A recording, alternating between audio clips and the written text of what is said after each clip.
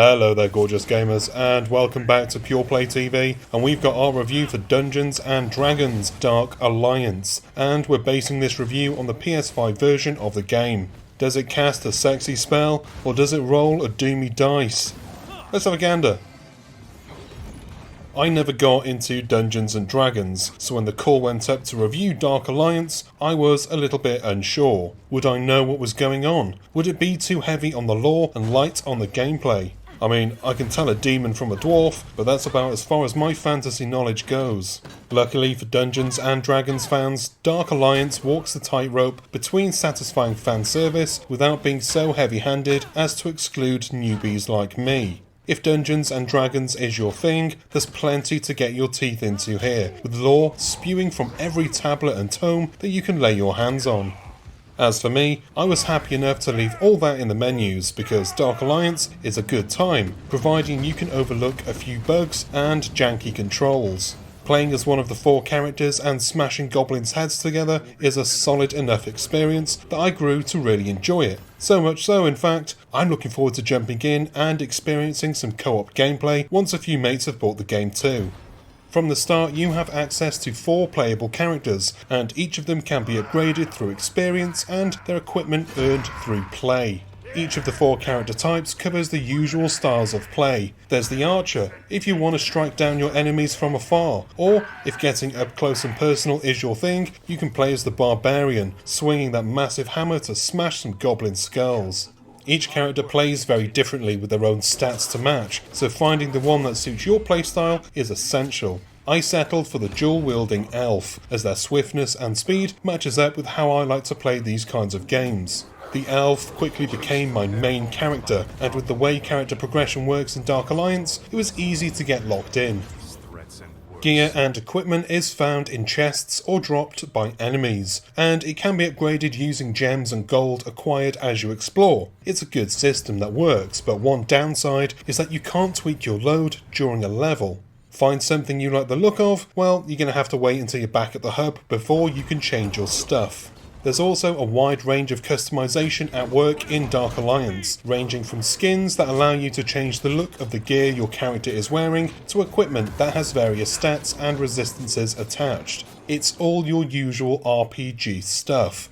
Gear drops are randomized and their rarity is decided before you begin each level. Before starting up a new area, you're presented with a choice of difficulty that scales depending on your gear level. Upgrading or unlocking better gear helps raise this level, and choosing a harder difficulty rewards you with better gear. It's a good risk versus reward system, but playing solo, I felt that the jumps between levels were unbalanced.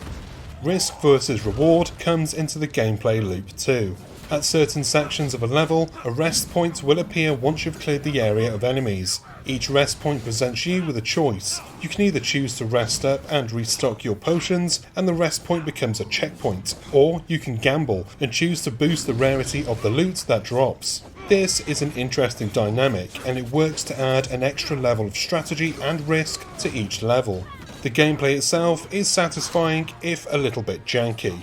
Defeating wave after wave of goblins feels meaty enough, but there were a few times that the controls did frustrate me, particularly in some of the more populated battles.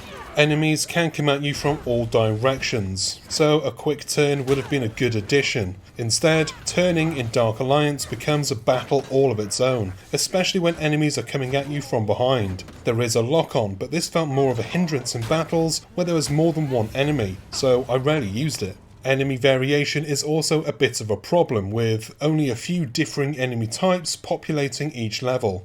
Goblins form the large bulk of the cannon fodder, with the odd ogre littered here and there for good measure, but as it is, they don't really feel too different. Once you've seen one, you've seen them all.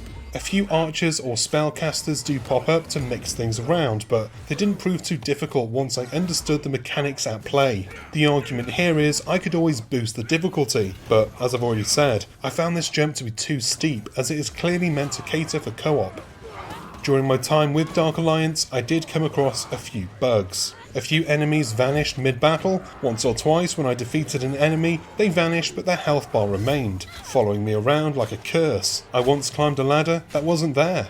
These are just a few of the bugs I encountered during my time with the game, and being honest, I was able to look past them and enjoy the game for what it was. I did have to quit out and reset the game more than once though, but there was nothing I encountered that I'm sure can't be patched out in later updates. All in all, I did enjoy Dark Alliance, and I can imagine the experience only getting better in co-op.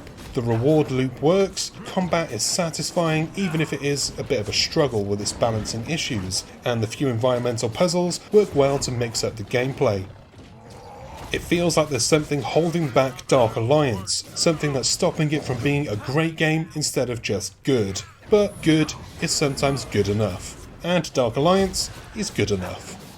And that is the end of this review. Thank you for sticking around to the end, you're a star. Go on down below, hit the like and subscribe buttons, give the bell icon a nudge so that you don't miss any videos in the future.